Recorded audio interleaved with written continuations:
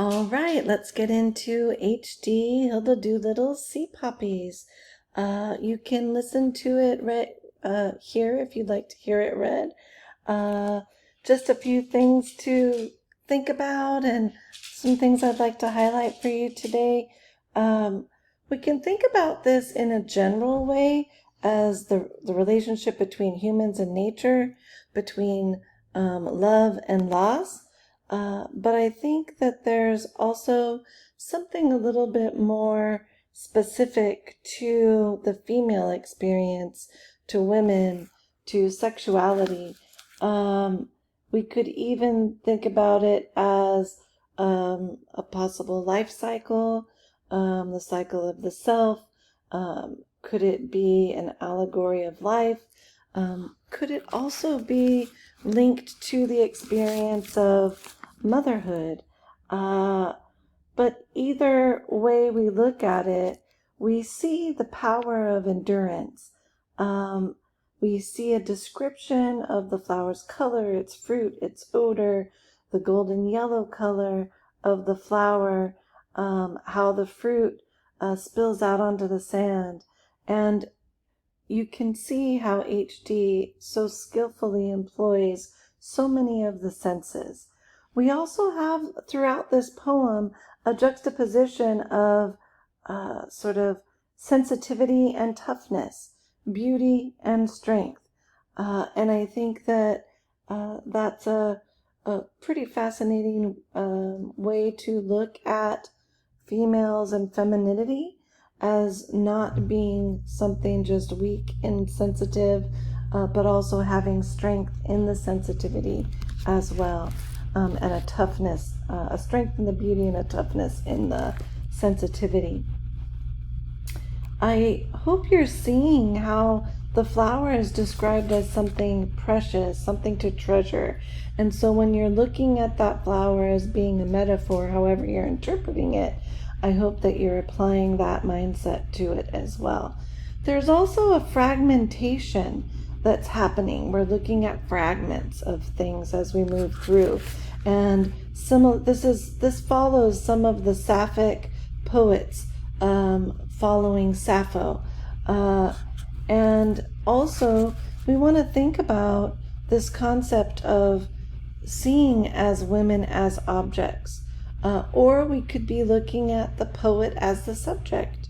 But we also see, similar to that juxtaposition of the sensitivity and toughness and the beauty and the strength, we also have a sort of juxtaposition between durability and the ephemeral, and between life and love. So when we've got sea poppies, we've got this, notice the gold, the rich. So here it becomes precious, treasure, right? And then we even have the word treasure even on its own line here. And then we've got the color sort of fades. It's not a bad thing, but it continues on. The other thing is, notice that from here all the way to here, it's one sentence. So even though it's separated into 3 stanzas, we would read it almost like one sentence. The colon we would read with the pauses, but we want to connect those ideas. And as much as we want to connect those ideas because of the stanza breaks, we could also look at each idea in its own sort of section. So go back to that fragmented idea, looking at the fragmentation of thoughts. But then we can also look at things as just being directly on a single line. The other thing that I want to bring to your attention is treasure spilled near the shrub pines to bleach on the boulders. Your stalk has caught root among wet pebbles and drift flung by the sea, and grated shells and split conch shells. We have this interesting idea of the stalk being more of a phallic symbol, but then we have this conch shell and this split conch shell as being more of a yonic symbol. So where the phallic symbol resembles the phallus, like an erect penis, the yonic symbolizes the female vagina, vaginal canal, and so it has a feminine connotation there.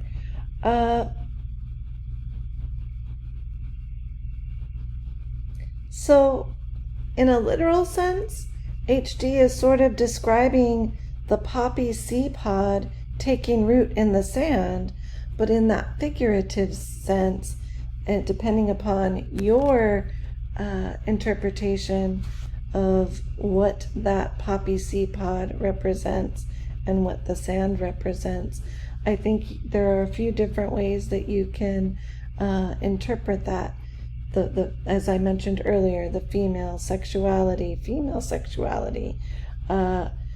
Is it the poet even, or female writers? When we get to the end, beautiful widespread, fire upon leaf, what meadow yields so fragrant a leaf as your bright leaf? So now with this direct address to the second person, your, this also throws in a new way to look. Is this a celebration of someone else? And also up here we see the your stock. So is the poet, is the speaker encouraging the reader to see her, him, themselves in a different way, in a different light? I also want to highlight how, although this poem is very musical in nature and it follows a very musical cadence in the way it's written, it does not have a strict poetic form. I think there's also something to highlighting how there's so much vitality and energy in the natural world being put forward, in addition to the fragility and transience of that natural world. And so depending upon what you want to interpret the metaphor as being, there is an amount of beauty and appreciation, but there's also some sort of sense of, if it's rooted in the sand, there's not so much permanence, right? There's not as much stability, and so there could be more of a transience. It's something fleeting rather than fully stable. I can't wait to hear what you think about it and what you think about what I've said. Okay, have a good one.